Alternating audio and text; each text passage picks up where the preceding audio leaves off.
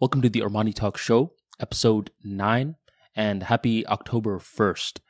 If you're listening from YouTube, be sure to hit that subscribe button right on below to stay updated for the latest episodes. If you are listening from any podcast provider, sit back, enjoy, and after you're done with the episode, be sure to leave me a review. And if you're listening from X, well, congratulations, because this is rather new. I had the idea to upload these episodes on X as of late. One of the reasons why was because I thought, you're over here getting a lot of your blogs and you're uploading it on Medium and you're uploading it on LinkedIn as well.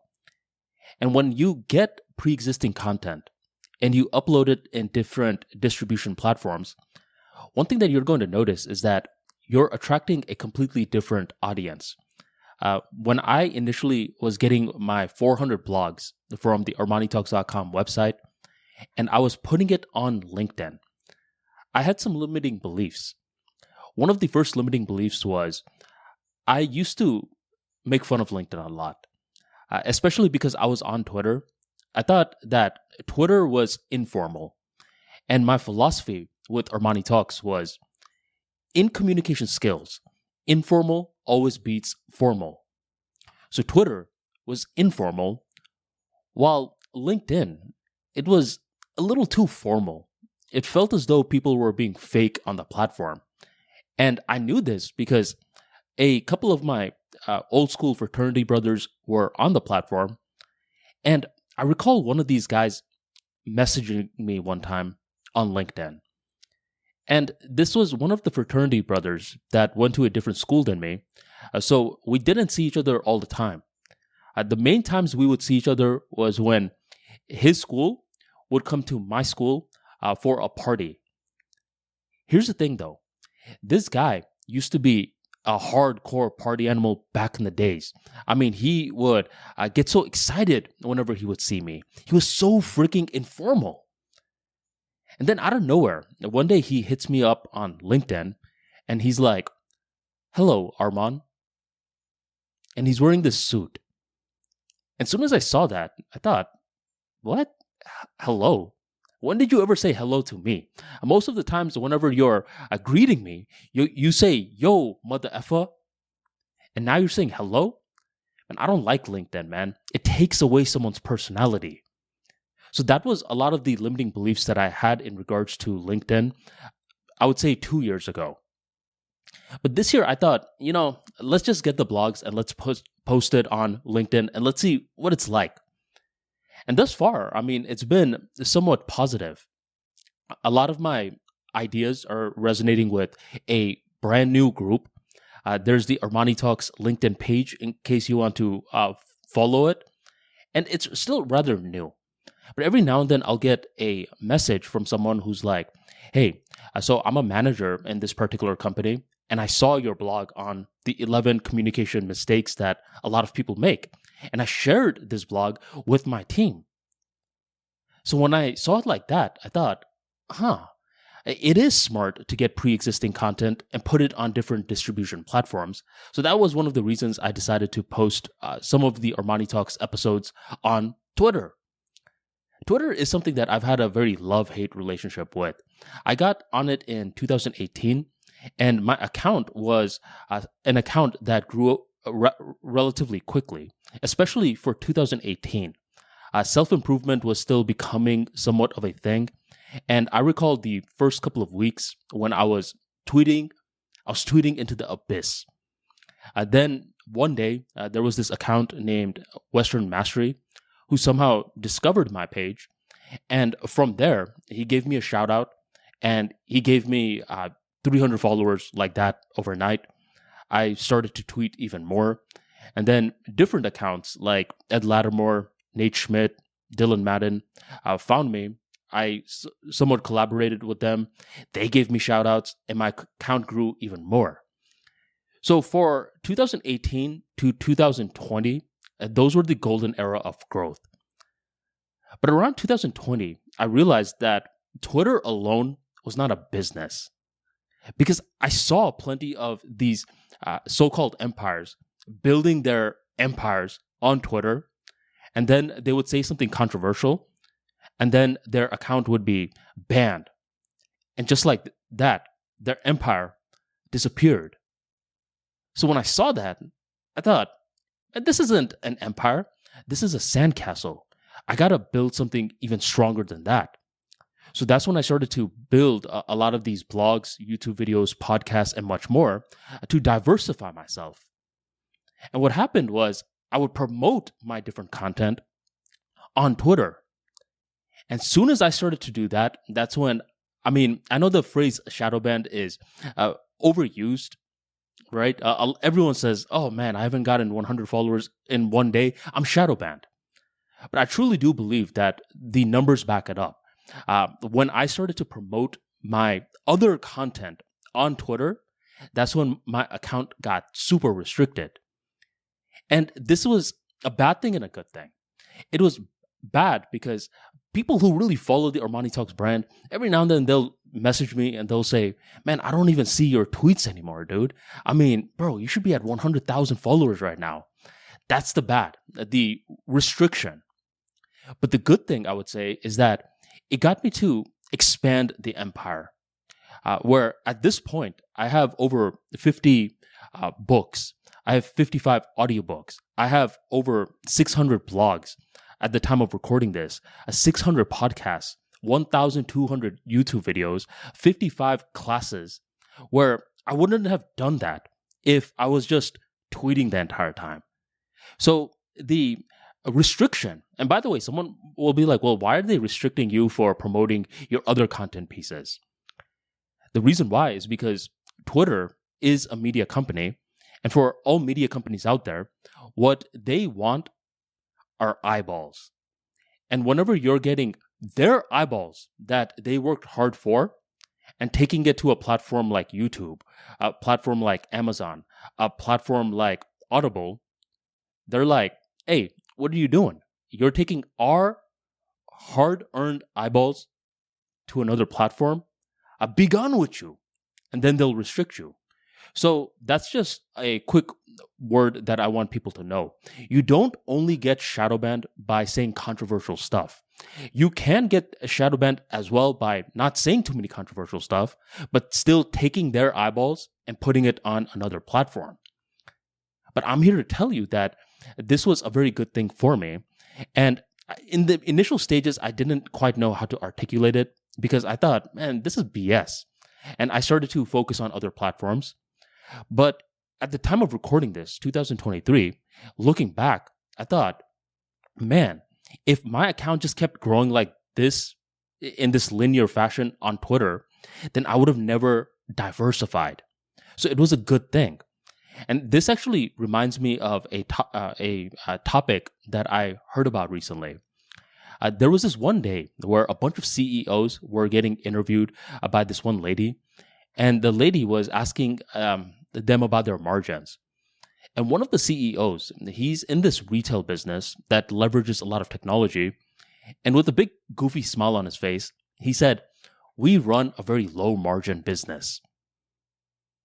And the lady looked at him and said, "What? Why are you happy about that? That's a bad thing. Don't you want a high margin business?" And the stage that he was occupying, a bunch of people around him ran a high margin business because they did software. And for software, you take home a lot of margins. But this retail manager said, "No, I'm actually very happy to run a low margin business." And that's when the interviewer pressed him. Why? And that's when this retail guy said, the fact that we have a very low margin business forces us to get our process right. We can't have any mess ups. And due to us getting our processes right, what happens is that the more that we grow, the more anti-fragile that we become. While on the other hand, and he was looking at these software guys who have high margin businesses, they unfortunately get sloppy thinking because they have so much money. Whenever they have faulty processes, rather than fixing it, what happens is that they throw more money at it, hoping that it goes away. Here's the thing. That may work in the beginning stages, but as more time goes on by, time do not favor these businesses. More time going by makes these businesses implode out of the blue moon, while for me, I become anti-fragile. And that's when I thought, a lot of these concepts that you're breaking down, dear retailer, can be applied to social media. A lot of these times, these platforms will get this carrot, right? And wave it in front of you as if you're some sort of donkey, and will say, yeah, I will give you more followers. Okay, I will give you more engagement, but just keep saying what you were saying this entire time, right?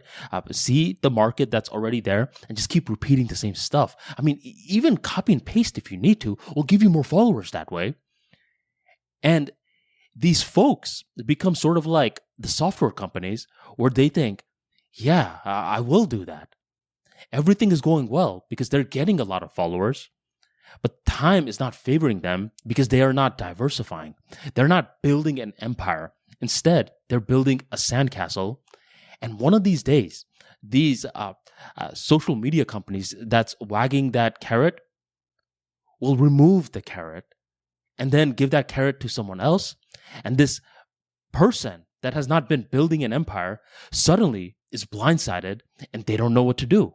Suddenly, one day, they get banned off of all platforms and they don't know what to do. They have no ownership, they have no website, they have no email list, and they have made a fool of themselves because for the past 6 years, they have not built anything. They have just been content fodder for a larger establishment. So the reason I bring all of this up is because a lot of times when we are going through a tough time, one thing that a lot of us do is we whine. And that is a very ordinary thing to do. And later on, I'm going to talk about a few psychological reasons why adults whine. You could whine. That's fine. I mean, we all go through these tough times. But one of the things that's not good is to get stuck at whining. And I believe if you are going to whine, you need to be somewhat strategic with it. You need to say, okay, for these next couple of days, I am going to whine. I am going to not be that productive. I'm going to be a lazy piece of shit. Okay, that's what I'm going to do. And even though this sounds bad at first, especially from the lens of self-improvement, what? 3 days to just whine? I mean, come on. You could be going to the gym with those 3 days, reading books with those 3 days, doing something productive. No, give yourself those 3 days. And once those 3 days are up, you have some clarity to say, okay, I have whined, and now I'm going to take care of business. Because emotions that you try to suppress, emotions that you never feel, they don't disappear. Instead, they go to the gym, they work out, and they come back 10 times stronger, and you are going to feel that whining later on. Now, with that being said, let me explain why adults whine. Because a lot of the times when we see someone whining, the first thing that we're going to do is we're going to say, this person is a loser. Is that accurate? Not always. And if you do not understand why someone is whining, then you are going to make a lot of poor social decisions. So let's talk about the 3 reasons why people whine. Let's get the most obvious one out of the way. The first reason that people whine is because they're a loser. And what do I mean by a loser? A loser is someone with the woe is me mentality. This is a person that will always notice problems, but they're never going to take their stab at solving a problem. They're just going to whine about it. Whenever they see a happy person, they're going to say, look at this guy. This guy is fake. You talk to their mom, you talk to their coworkers, you talk to their friends, and you ask them, what kind of person is Rohit? All of them are going to say, oh, Rohit, he's a whiner. So in this first situation, a reason that someone whines is because it's in their DNA. They are a loser. The second reason someone whines is to build rapport. Whenever we see someone in this group, we will notice that they see someone else as sharing the same struggles, and now they want to whine in order to build a connection with this other individual. And I'll give you an example. There's this one entrepreneur that lives in Tampa that I hit up every now and then. We get some coffee, we talk about life, but more importantly, we whine. We're like, man, what's up with these clients, bro? One day they want this, you give it to them, now they want something else. Yo, what's up with business in general? Isn't it hard to maintain friends when you're starting a business? Yo, what's up with X, Y, and Z problems? We're just whining away about entrepreneurship. Why are we doing this? It's because both of us are entrepreneurs. Both of us go through similar struggles, and us venting is us connecting with one another. It feels as though that we're speaking a secret language that others will not understand. And you could replace entrepreneurs with anyone if you're being astute enough. Another group that I see often whining a lot are people that are new parents. They're like, man, what's up with the baby crying at 2 a.m? How's someone to sleep? Man, I can't change diapers. The baby's shit smells so freaking bad. Yo, what's up with diapers increasing in price? They are whining with another new parent because they have similar experiences, similar struggles. And by whining in this sort of way, rapport is being built. So this is the second reason someone whines. And the third reason someone whines is because the pain is that deep. Now, for this group, one thing that we need to understand is that they normally don't whine. They're not like group one who has it in their DNA to always complain.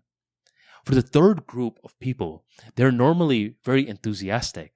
They're fun. They're positive. But out of the blue moon, they've been whining. Why? It's because of pain. I recall in 10th grade, there was this kid named Troy that was in our circle of friends. He was this pretty tall black kid, somewhat chubby, and he was very enthusiastic. He would rib you every now and then. Other than the roasting, he was a good guy. We would sit in lunch together, and I recall around the middle of the school year, he began to complain about food a lot. He'd say that a certain food didn't taste good, and he would just whine nonstop about it. At that time, I couldn't believe it because I was getting into lifting, right? And I viewed food as fuel, not something that was meant to be enjoyed. So I would tell Troy, hey, quit whining, just eat your food. But he wouldn't eat his food. Eventually, he started to push the plate away. He stopped eating completely. Eventually, he stopped coming to school. The other friends asked, what happened to Troy? We thought he transferred to a new school without telling us. Months pass on by, and one day he comes back to school in order to fill out some paperwork. And I kid you not, he looks like a skeleton. He used to wear this jersey where his body would fill it up, but now he looked hollow. We found out that Troy had cancer. When he was complaining about his food, he was actually developing food aversion. That's one of the symptoms that a lot of people who get cancer face. So he was whining out of the blue moon because he was feeling intense pain. And if you're someone that cannot tell the difference between these three groups, and let me give you a little recap. The first reason someone whines is because they're a loser. The second reason someone whines is to build rapport with someone that they view as having similar struggles. And the third reason someone whines is because the pain is that deep. If you cannot distinguish among these three groups, then you are going to make a poor assessment like I did. When I looked at Troy complaining about his food, I just said, the guy's a loser. I mean, I don't know what else to tell you. But he wasn't a loser. He was feeling pain. And that's one of the things that I want to do with the ArmaniTalks brand, where I want to bring the nuances to communication skills. I believe nuance in itself is a very polarized word nowadays.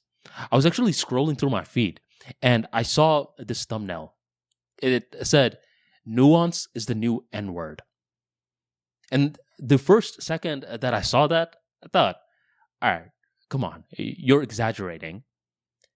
But then I realized, no, that's actually very accurate. A lot of the times, if you go to two people that are debating and you say, come on, guys, it's more nuanced than that, they're actually going to view you as a coward. I've seen these situations play out many times where if you find it agnostic, right, this is a person who does not know if there is a God. They're like, maybe there is, maybe there isn't. They're agnostic. And you have this agnostic talking to an atheist. The atheist says, there is no God. The atheist is going to shame the agnostic. They're going to say, come on, man, just join our side. I mean, you are being a pussy right now. All agnostics are atheists without balls. That's what the atheist will say. And a lot of agnostics will be shamed into the atheistic position due to that. So this is one of those situations where in our society nowadays, a lot of individuals just want black and white, where my philosophy is black and white is completely fine. That's for mainstream success. And I believe many folks should focus on mainstream success, especially if you have a team of people that are involved in your brand. If a team of people are involved in your brand, then you need to make a lot more money. You need to make sure that you paid this team. Therefore, for mainstream success, you're going to make a lot of money. But this is when people get the wrong interpretation in regards to nuanced success. They're like, man, I would talk about the nuanced topics. I know a lot of the nuances in regards to this topic, but I don't want to be broke. And this is where a lot of people make a mistake. Because with nuanced topics, right now, it doesn't seem like it's winning. But in the future, it's going to win. And let me tell you why. I recall in 2005, I was very curious about school. Which college was I going to go to? And as the years were going down and I was about to go from high school to college, I would go on Google and type in best colleges in Florida. That was all my mind could fathom, right? From going from high school to undergrad college, best colleges in Florida. That is the query that I was capable of putting into Google. Time passes on by, and I would say roughly around 2016, I had already graduated with my undergrad degree, and I was about to go back to school for my master's. And this is when I typed into Google best business analytics and information systems colleges in the United States under X amount of money. And I was populated with a bunch of different articles. Now, what's the difference between my search query when I was going for my master's degree versus my bachelor's degree? Nuance. It's because in 2005 to 2008-ish, you couldn't even get nuanced if you wanted to, because if I typed something very specific into Google, no one created content on it. But due to Google investing in their personalization technology, you could get super freaking niche nowadays, and you will be shocked to find out that someone created an article strictly for that niched topic. So here's what's going to happen with the revolution of artificial intelligence. Personalization technology is going to get more and more specific. In 2005, if you typed into YouTube, why does my voice hurt when I'm speaking? No videos were going to come out. It's because that's such a specific topic. Nowadays, if you type in, why does my throat hurt when I'm speaking? You're at least going to get an ArmaniTalks video. And this is something that shows you that if people are going to search for it, you should eventually create content on it. Nuance in the future is going to win. And I believe anyone can do this. I mean, there's incentive this way to become a subject matter expert. See, the thing with mainstream success is that eventually you are going to have to create a movement. Do you remember Liver King? This was this guy that he looked very gross. I mean, for some reason, whenever I saw him being forced onto my newsfeed, I could smell him through the screen. And this was a guy that became famous for eating testicles, kidney, whatever. He had this very primal way to view life. And he said, that is what you need to do. That is how you are going to be this primal man. And you could tell This guy was going for mainstream success. He was showing up in the biggest podcasts, the biggest shows. He was trying to push this movement to the masses. And eventually, what happened was that the masses said, "We're listening. Now what?" He eventually had that mainstream success. And the movement that he was pushing was that you need to go back to the primal roots. Whenever you are chasing mainstream success, eventually your audience is going to look at you and say, "Okay, we're with you. What is the movement that we should be following?" The phrase movement, by the way, it has become a joke in many ways, where if you think about it, what do movements really mean? If you study history, allow me to share what movements mean from my perspective. There was this one group of people that were having some sort of injustice done on them, and they decided to have a movement to get justice. That is why movements exist. Someone is being treated unfairly at scale, and from there, the group wants fairness. And a couple of movements that stick out within the past 2 to 3 decades. One, I would say, is the atheism movement, where after September 11th, I recall a lot of atheists coming out of the woodworks. They're saying that due to religion, that is what caused 9/11. And that message was picking up a lot of traction. A lot of atheists felt as though they were having an injustice done upon them. For the longest time, they felt as though if they told their family, "Hey, mom, dad, I'm an atheist," then their family would be like, "What went wrong?" They couldn't pick up certain positions, leadership positions, because they were an atheist. They could never be a president, especially during that time. So these atheists felt like there was some sort of injustice being done upon them, and they wanted justice. That is the movement formula, from injustice to justice. Another movement that sticks out is the Black Lives Matter movement, where there were a group of folks that felt as though they were being targeted unfairly by police officers. They were perceiving injustice, and they wanted justice. The Black Lives Matter movement. And another movement that sticks out is the Me Too movement, where a bunch of women felt as though they were being unfairly targeted by directors in a sexual way.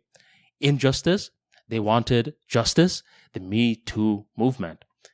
So from the past 3 to 4 decades, 3 movements just stick out. But nowadays, I kid you not, I see a movement per day at times. I recall when the Liver King movement was happening, there was another movement the same day. This is one of these very famous influencers that talks about how you could get rich. And I saw that he released a promo video on his YouTube channel, and he was talking about how the elite are trying to control you, and how if you join his webinar, he's going to show you the movement on how to not be controlled by the elite. So 2 movements on the same exact day. Before, I said that there were 3 big movements in the span of 4 decades. So nowadays, just look at the difference. Movements are so abundant, and it's losing that swag. It's losing that decorum, where it's, okay, you put some thought into this. Nowadays, a lot of people are starting these movements just so they can get more mainstream fame. And it's becoming a joke. Another phrase that's becoming a joke is the phrase narcissist, where if you said narcissist 10 years ago, you didn't really take it that seriously. But I would say around 2020, a lot of weight was put into the phrase narcissist. Because in 2020, after the pandemic hit and there were the lockdowns, a lot of couples were now in a similar location together. Which, by the way, I don't think that's a good thing. I think if you are dating someone, you need space away from one another. And for the longest time, going to your job was that space. From 9 to 5, sorry, honey, I can't see you. I'm going to my job. You're going to your job. By the time we're back, we had the chance to miss each other, and we could rekindle our relationship after 5 p.m. But imagine that you're just stuck with the person the entire day. You're seeing them left and right. Eventually, the smallest things that they do can irk you. Maybe like, well, why do you breathe so loud? The person says, well, why do you chew so loud? The smallest things are being magnified. During the lockdowns, there were so many relationships that were ending out of the blue moon. And that's when a lot of these folks that were having their relationships ended went on YouTube and they explained what happened. They're like, during the lockdown, I realized that I was dating a narcissist. And more folks that were in lockdown that had nothing else to do but to consume YouTube videos saw these videos, they watched it, they related with it, and they realized, wait a minute, someone else is going through what I'm going through. I now also have a relationship where I'm struggling with this person. Is this person a narcissist? They end the relationship because they assume that this person is a narcissist. They too make a video on YouTube. And just like that, the word narcissist is seeing a renaissance in 2020. And this was a very scary word to be called, because if you were called that, and let's say you were called that in your group of friends. So let's say Sally and John, they used to be friends in the same friend circle. They began dating. And let's say Sally and John break up, and Sally starts to tell all the friends that John is a narcissist. Do you know what she just did? If John was a 9 out of 10 in terms of desirability, she just reduced him from a 9 to a 6. Because word is going to spread. If you call someone a narcissist enough times, it is going to scare a lot of people off. It's sort of like saying, hey, you know that guy? He just got out of prison. You're automatically going to think, uh-oh, red flag, what gives? That's what narcissist was. If you put that on someone, then that was going to ruin their reputation. And that's when something happened. In 2022, everyone was calling everyone else a narcissist. You're a narcissist, you're a narcissist, you're a narcissist. And just like movements, that phrase lost its value. Narcissist also began losing its value. And this is one of the reasons why I'm not fully against watching reality shows. I get it. A lot of it is scripted. But every now and then, you get flashes of insights in regards to psychology. I would say I've learned a lot of psychology through some of these dating TV shows. One being Temptation Island. Temptation Island, the way that the show works is that there's 4 couples who are in very rocky relationships. Now, the girls from those 4 couples are going to go to an island filled with single men. And the guys from those rocky relationships, they're going to go to an island filled with single girls. And we're going to see which one of the members of these 4 couples are going to get tempted. And throughout the episode, you start to see a lot of drama, a lot of emotions happening. And every now and then, you will see someone get labeled a narcissist. Here's the thing. Sometimes the label is accurate. This is clearly a person who has a strong opinion of themselves to a point where they diminish others. This person is a narcissist. Other times, the guy is not a narcissist. Instead, he simply turned down a girl. The girl felt a certain type of way. She couldn't handle the rejection. And she started to tell other people that this guy was a narcissist because he rejected her. And unfortunately, if you say a lie enough times, it is perceived as the truth. So you need to be very careful whenever you hear someone calling someone else a narcissist too fast. At times, they will be accurate, but other times, they will be spreading a lie. It's insane to see certain words grow and then die, grow and die. If you can view words in a very similar way to the Darwinian evolution, you will understand communication skills in such a better way. Do you know what the real definition of reading is? Reading actually means guessing. Initially, when I heard that, I thought, what? That doesn't make any sense because I'm not guessing. When I'm reading something, I know exactly what's happening. That's what you think. But you got to realize that if you're reading old school books, the words that were intended are different than now. And one word is stink. The way that the word stink used to be used was in a positive light. If they said, hey, you have a nice stink to you, that was seen as you smell really good. But if someone says that nowadays, if they say, hey, you have a stink to you, you're going to be like, what the heck? This is my favorite cologne. You're going to feel a certain type of way. So the word stink has changed in perception as time went on by. So a lot of the times when you're reading, what you're really doing is you're guessing what the author really meant. And if you can understand it like this, there's some joy into reading. Speaking of reading, let me bring up some topics in regards to this. I made a video recently called Reading for 2 hours a Day, and I gave some tips. But one of the first things that I did was I gave a disclaimer.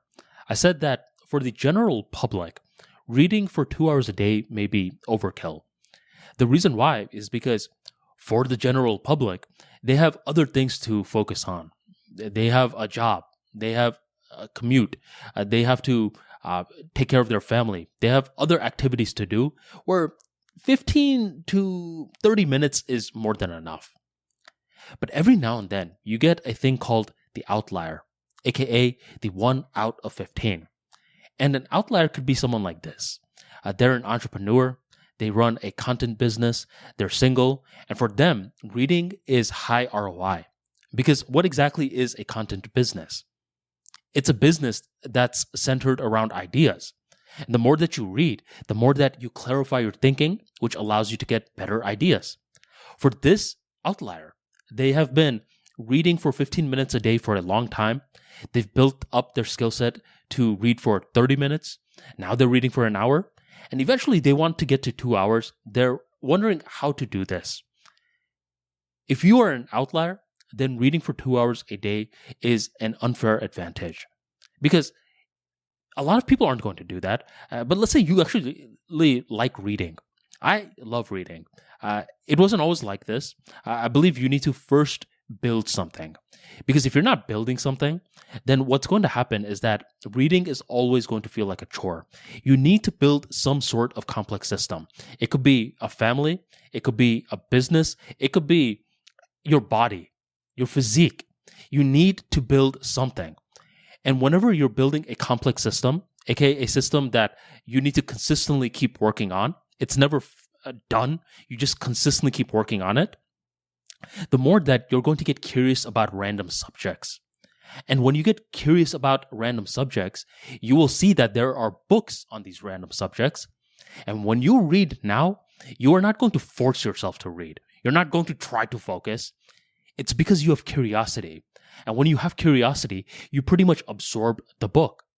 So that's how you effectively read. You get curious, and you build that curiosity through working on a problem. What are some tips to read for 2 hours a day? One of the tips I'll give you is that you want to get different mediums if available. In the beginning of this year, I ended up getting a Kindle. And I kid you not, I loved that Kindle. The unique thing with Kindles is that all the books are standardized.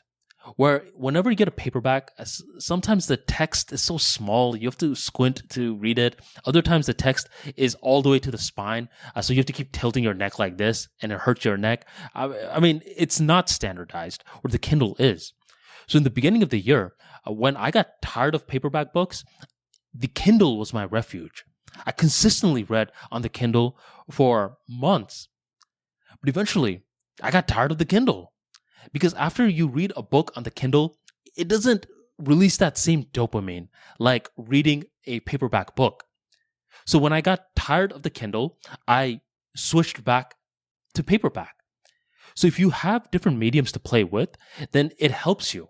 You are capable of knowing, okay, something doesn't feel right. My body is fighting me on this. Let me switch to the Kindle today.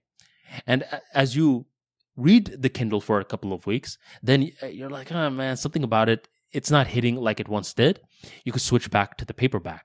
So multiple mediums definitely does help. Another thing that I would recommend is that you are strict with the time limit that you do read, but then you're willing to be dynamic when your body is telling you to. Normally, I read from 5 to 7 p.m. And I did this for a long time until there came a certain point where I was tired of reading at 5 to 7 p.m. I felt as though my willpower was fried and I didn't have the same curiosity that was making me absorb the books. So you know what I did then? I switched to 8 a.m. to 10 a.m. And I was very strict with this for the next couple of months. And then as I got tired with 8 a.m. to 10 a.m., I altered back to 5 p.m. to 7 p.m. So notice what's happening. When I am choosing a time limit, I am very strict with it until my body starts to fight me on it. And your body is going to fight you on it every now and then. But if it fights you on it for a string of days, that's when you want to alter your reading time.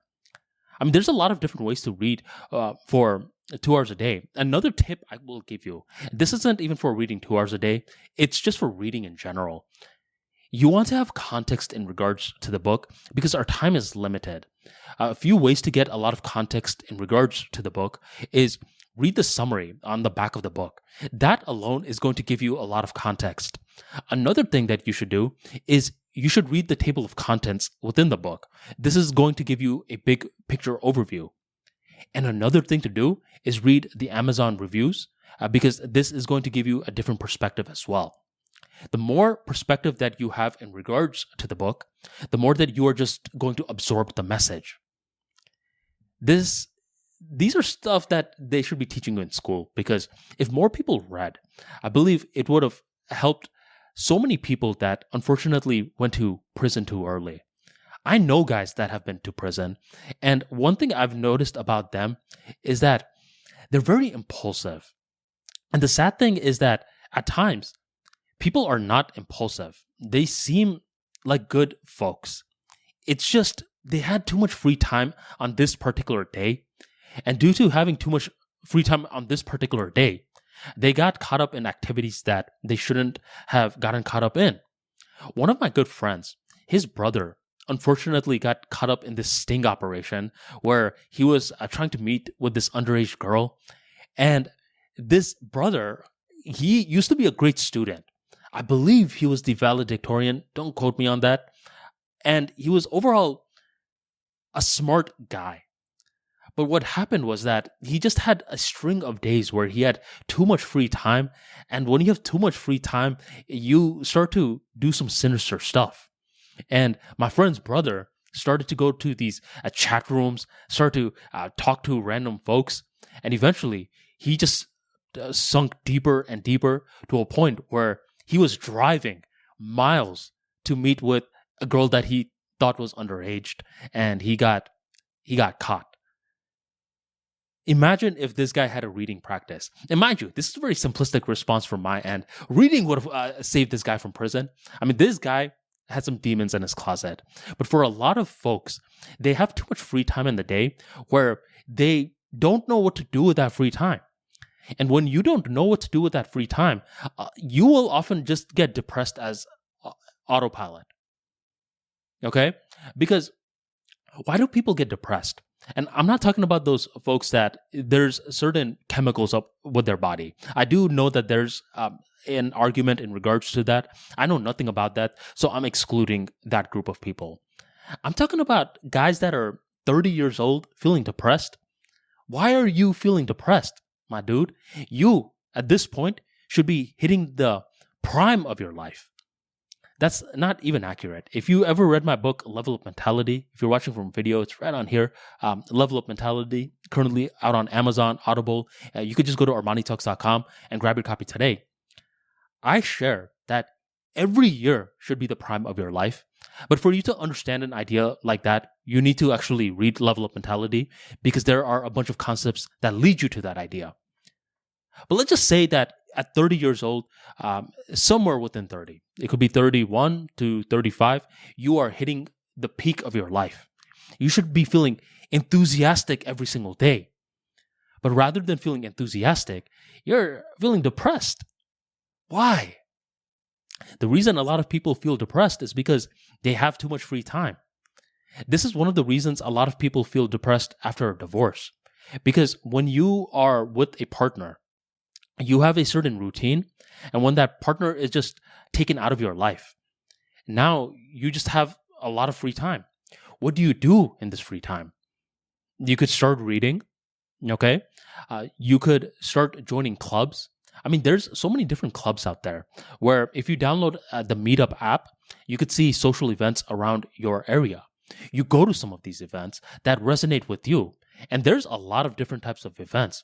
There's yoga events, there's wine tasting events, there's dragon boating events. I mean, there's so many different events that can resonate with you. And one of my favorite advice is join a Toastmasters. But that's not even the real issue. The issue is that there's no clarity. Think about it like this, because this is an important topic.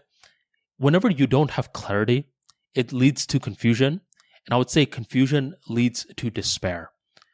And this is why teachers are very important. Not the teachers that just sit you down and read off a PowerPoint. I'm talking about these engaging teachers that can give you that flash of curiosity along with that clarity. And this is what at least helps me. So I can't give people too much advice in regards to building clarity for your life. But what helps me every now and then is to use communication skills to my advantage. I try to get blurry emotions and I make it clear. That is all. So I'm not trying to solve any problems. I just follow my body. I feel certain emotions. I'm like, this is a little vague. Let me put it into words. And through that process of me putting vague emotions into words, I am capable of feeling clear at that moment. Now, you may not want to do this immediately. If you're someone that just went through a tough time and you're feeling a lot of strong emotions, you want to sit with those emotions. A lot of times, whenever I'm feeling sad, I'm talking intensely sad to a point where I'll wake up early. What will happen is that I will just go outside, sit in the patio. When the sun is still down, I'll sip on some coffee and I'll feel these physical sensations in my body. And if you go through a tough time, I'm talking like really tough, someone that you're close to died, divorce, you got backstabbed by a business partner, to a point where your body is feeling a certain type of way, I would say that's a superpower, where a lot of individuals try to suppress that with alcohol and drugs. I say you sit with it, and you sit with it enough to a point where when you're ready to put it into words, you can. And you could put it into words through a multitude of ways. I mean, you're driving to work. What are you doing driving to work? You're listening to music. Why don't you turn off the music and you practice your communication skills then? What about writing it out? I mean, writing it out is unique because it gets you to understand, I'm putting a lot of these things into words and I'm feeling better. There's this quote that says, what gets measured gets improved. I have a remix to that. I say, what gets articulated can be conquered. Because if someone tells you that, hey, buddy, you're suffering from depression, and then they ask you, what's wrong? And you're like, I don't know. You don't know. That's the problem. So until you could put it into words, it's very difficult to conquer. But soon as you can put it into words, I don't know about other folks, but I get that flash of click and I feel so good. That's one of the reasons I love working on ArmaniTalks, because that's all I do. I just get these ambiguous emotions and I put it into words. And each time I put it into words, I get new emotions. And then I put it into words again. That's content creation 101. So that's something that a lot of folks can do if they're feeling lost. You want to get clarity, and one way to get clarity is to first feel the emotions, and once you're ready, you turn those emotions into words to the best of your abilities. Now, with that being said, there was something that I was saying earlier. Waking up early. Not many people are going to feel the joys of waking up early. I do hear from folks that say, I tried waking up early, but that wasn't really my thing. I'm more so one of those people that like to work late into the night, and I can respect that. I saw there was this one guy that wrote the tweet, to be a high performer, you either have to wake up early or work late into the night.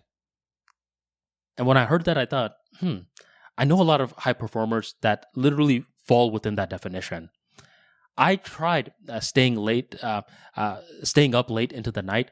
The only problem with that, I would say, was that it caused me to wake up at 12 p.m.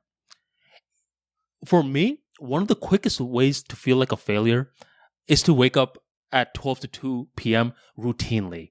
So I didn't like that. Me waking up early was something that happened completely by accident.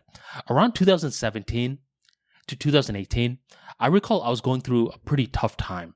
And there was a point where I was just waking up at 4:30 to 5 in the morning against my own will. It's not something that I was setting the alarm for. I would just wake up. And what was annoying was I didn't have to really be up till 7:45 a.m. So once I was up, there were certain times that I would go back to sleep. But when I would go back to sleep and I would wake up again, now I'm groggy for the entire day.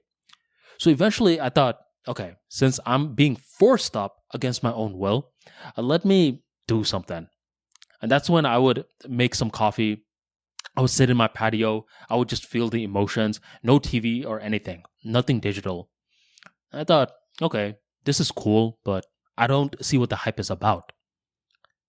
Until one day, I was making coffee, and I had 2 roommates at the time. Normally at my place, it was always loud. I mean, the TV was on, people were talking. It was always loud. But on this particular morning, it was 5:04 a.m. It was silent. The only person that could make it loud at this moment was me. And something about that just stuck out to me. I continued with my morning. I made the coffee and I thought, now what?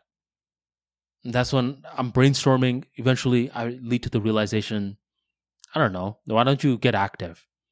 So I get my basketball. I go to this basketball court and I'm shocked because normally this particular basketball court is so freaking packed. There are so many individuals that are trying to play a game. And this morning, it's empty. It's silent. Once again, the only person who could make noise is me. And at that moment, I started to see the hype as to why people wake up early. When you wake up, when the sun is still down, it feels as though you are building a secret with the universe.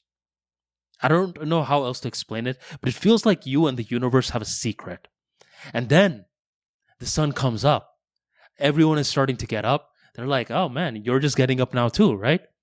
I'm like, yeah, you could think that if you want. But at this point, I got through a lot of important tasks. You want to know something very important? Let me actually end the episode like this. To change your life, do 1 to 3 of your hardest tasks soon as you wake up. Don't even check your phone until you do 1 to 3 of your hardest tasks. Because here's what most people do. For those 1 to 3 tasks, they spread it throughout the day. I'm telling you to do it first thing in the morning. So for me, one of the toughest things to do is get some activity in. Play some basketball, lift some weights, go for a walk. So I do it in the morning. So I don't have to say, okay, well, let me save it till 5 p.m. But who knows what's going to happen at 5 p.m.? What if there's an accident on the road? What if my willpower is fried from a bunch of meetings that I had? Let me get a win in the morning.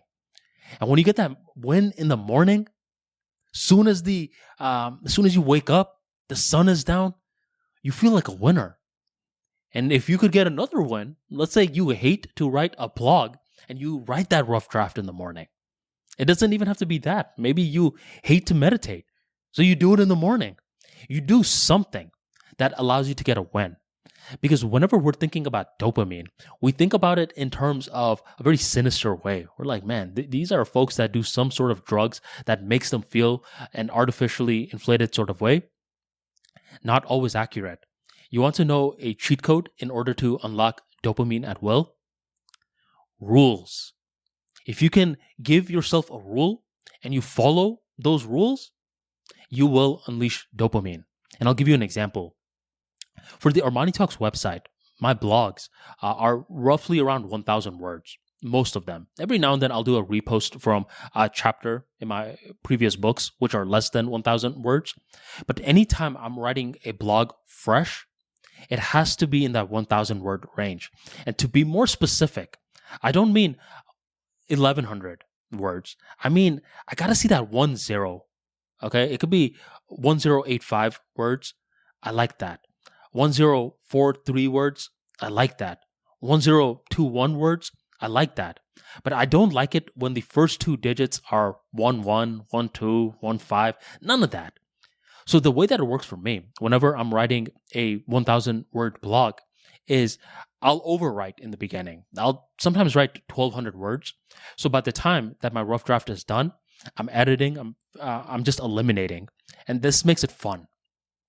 Well, one day I wrote a blog that was roughly 1,300 words, and I kept trimming away. And the most I could get it down to was around 1,236 words. I didn't know what else to eliminate. And I was about to publish, but I didn't feel good. I thought, man, I don't see that 10 in front of the blog. I see 12. It's like, ugh, man. But what else am I going to do? So I continue to read it, and I eventually think, okay, I'll publish it with 1,200 whatever words. But then I see a certain section within this blog, and I notice that this section, it's not really needed. If I got rid of this section, the blog would still progress the point forward. I've gotten rid of words before, sentences before, but I've never gotten rid of an entire section. Should I? I highlighted that entire section. I deleted it. And suddenly, the blog went from showing 12 in the beginning to 10. 1,035 words. As soon as I hit that rule of my blogs being within the 1,000 word range, where it begins with 10, my body was feeling so freaking good. I was releasing dopamine.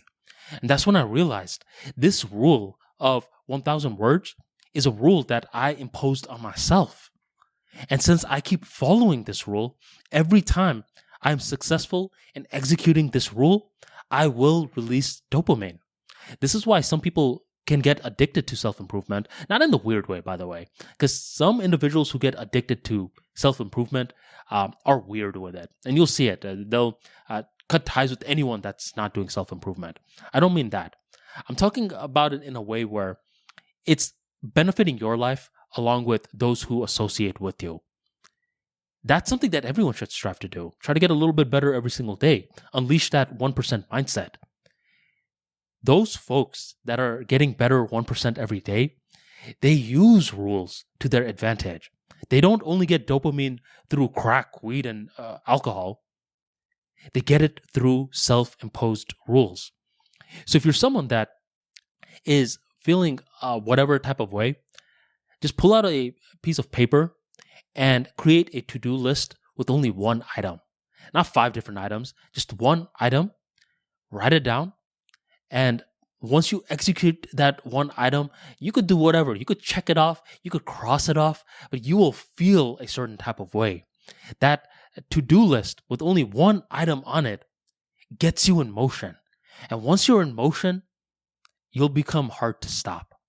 So with that being said, we are wrapping up today's episode. If you enjoyed it, be sure to do the following call to actions. If you're listening from YouTube, hit that subscribe, hit that bell notification to stay updated. And you could even share this episode on your social media of choice. If you are listening from a podcast provider, be sure to leave me a review at your given free time. And if you're listening from X, be sure to follow the ArmaniTalks account and like it, comment on it, whatever. I always release a new ArmaniTalks show the first day of every month. So since today is October 1st, I'm wishing you good luck to wrap up the year. But it's not just luck that you need, my friend. It's volume that you need. Put in your reps. Get the right rules. Superimpose it into your life. Get yourself in motion and begin working away and turning gargantuan goals into reality. Thank you very much for joining me, and I will catch you on the next Armani Talks show.